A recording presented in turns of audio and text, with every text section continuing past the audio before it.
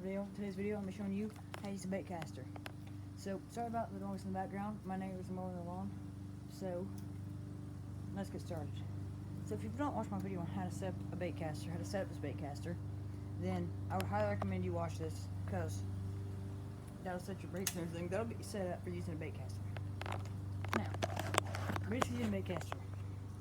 If you don't thumb and you just let it hit the ground, look, it's gonna pile up like this. This is what you call a bird's nest, when you have these piling up like that and crap. Oh, that's a very minor one. That's like, I wish I got that every cast. But, so basically, how a bird's nest happens is when the speed of the lure, or the speed of your spool, is slower than the speed, or is faster than the speed of your lure. So if your lure is going out at, let's just use for example 10 miles an hour when you first release it. That's pretty slow. That's like a flip. I'd say like 30. 30 is a decent speed for like a normal, like not a normal cast. That's like a flip too. That's like a hard flip. Just for the examples. Just for an example. So we're gonna start by, so let's say you got 30 miles an hour. The lure's coming out 30 miles an hour. That lure's gonna slow down. So as that lure slows down, then the speed of the spool is going to stay the same. So you need to use your thumb to slow that down. So you want to match the speed of the spool with the speed of your lure by using your thumb. So if you do that all correctly, here's what it looks like. Just like that.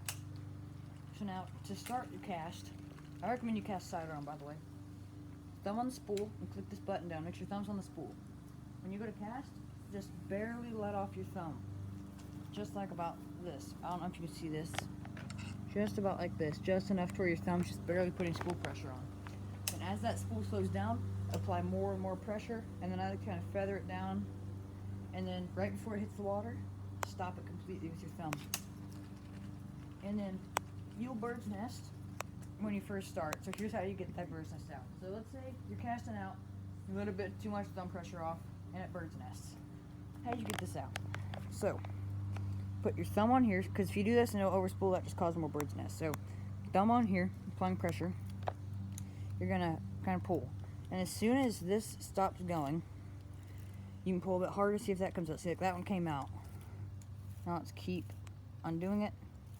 Make sure you have thumb pressure on so it doesn't keep bird's nesting as you're pulling it.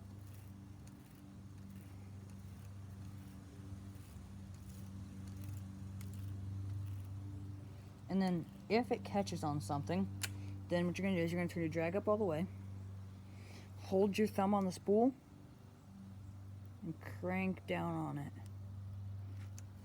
And then see if that helps. If it doesn't help, then you can, after doing this, you can pull it out until you see it'll be going around this line. See it? Then you can go in there and grab it and pull it out and pull it up, and then keep pulling, and I'll take care of it. So now, if you do everything correctly, and this is not a very in-depth video, you can find better videos out there. This is just a very basic starter video, introduction to the baitcaster. So now, if you do everything correctly, here is what it should look like. Focusing on this reel here. Right before it hit the water, I stopped it. Let's do a side view where you kind of look at the spool and you look at where I'm. So come right above, put your thing right above here, camera right above. Now I'm gonna cast out, and you're gonna, you can see that too well. Hold on, let me do another one. Hold it up a bit higher, hold it up higher. You don't need to see it, just hold it up higher. Alright, so when everything is done correctly, here's what it should look like.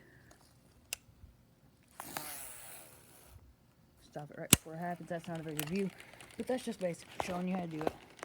And cast out there. Stop right before it hits the ground. We can do that one again to show you. Not sure if it's a huge help or not, but see, focus on the reel here. Oh, there's a bit of bird's nest. Because I'm trying to see where it's at. Oh, and I flipped my target over there.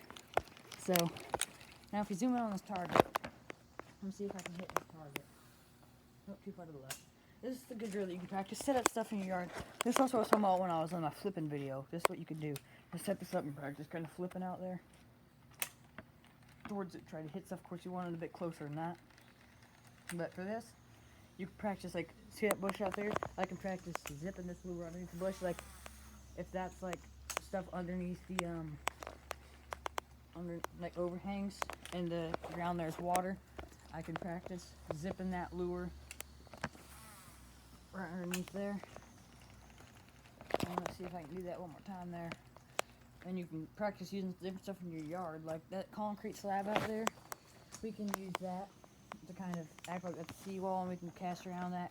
We can use a tree and act like that's an underwater tree and try to cast around that. Work on working structure. So if that's the overhang there, I get that under the overhang. Just practice casting at different things. And that's really my advice. Like, if I want to do this, I can practice casting out to that tree out there. Just like that, I would cast out to a tree, submerged tree, or lay down or something. It's a good way to practice. So now, very basic of the baitcaster. I would recommend going and watch other people's videos as well.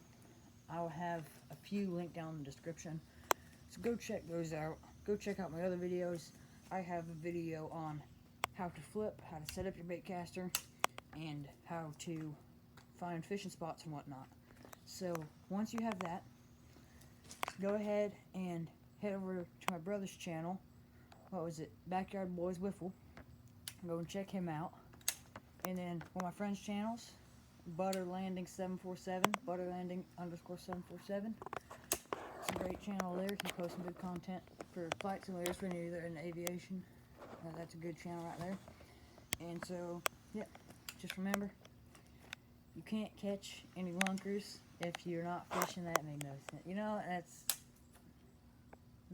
that's not. Yeah. Alright, well, see you guys next time. And be sure to like and subscribe. And, well, actually, I'm not sure you'd want to like and subscribe. My channel's not that good. But, yeah, I'll see you guys in the next video.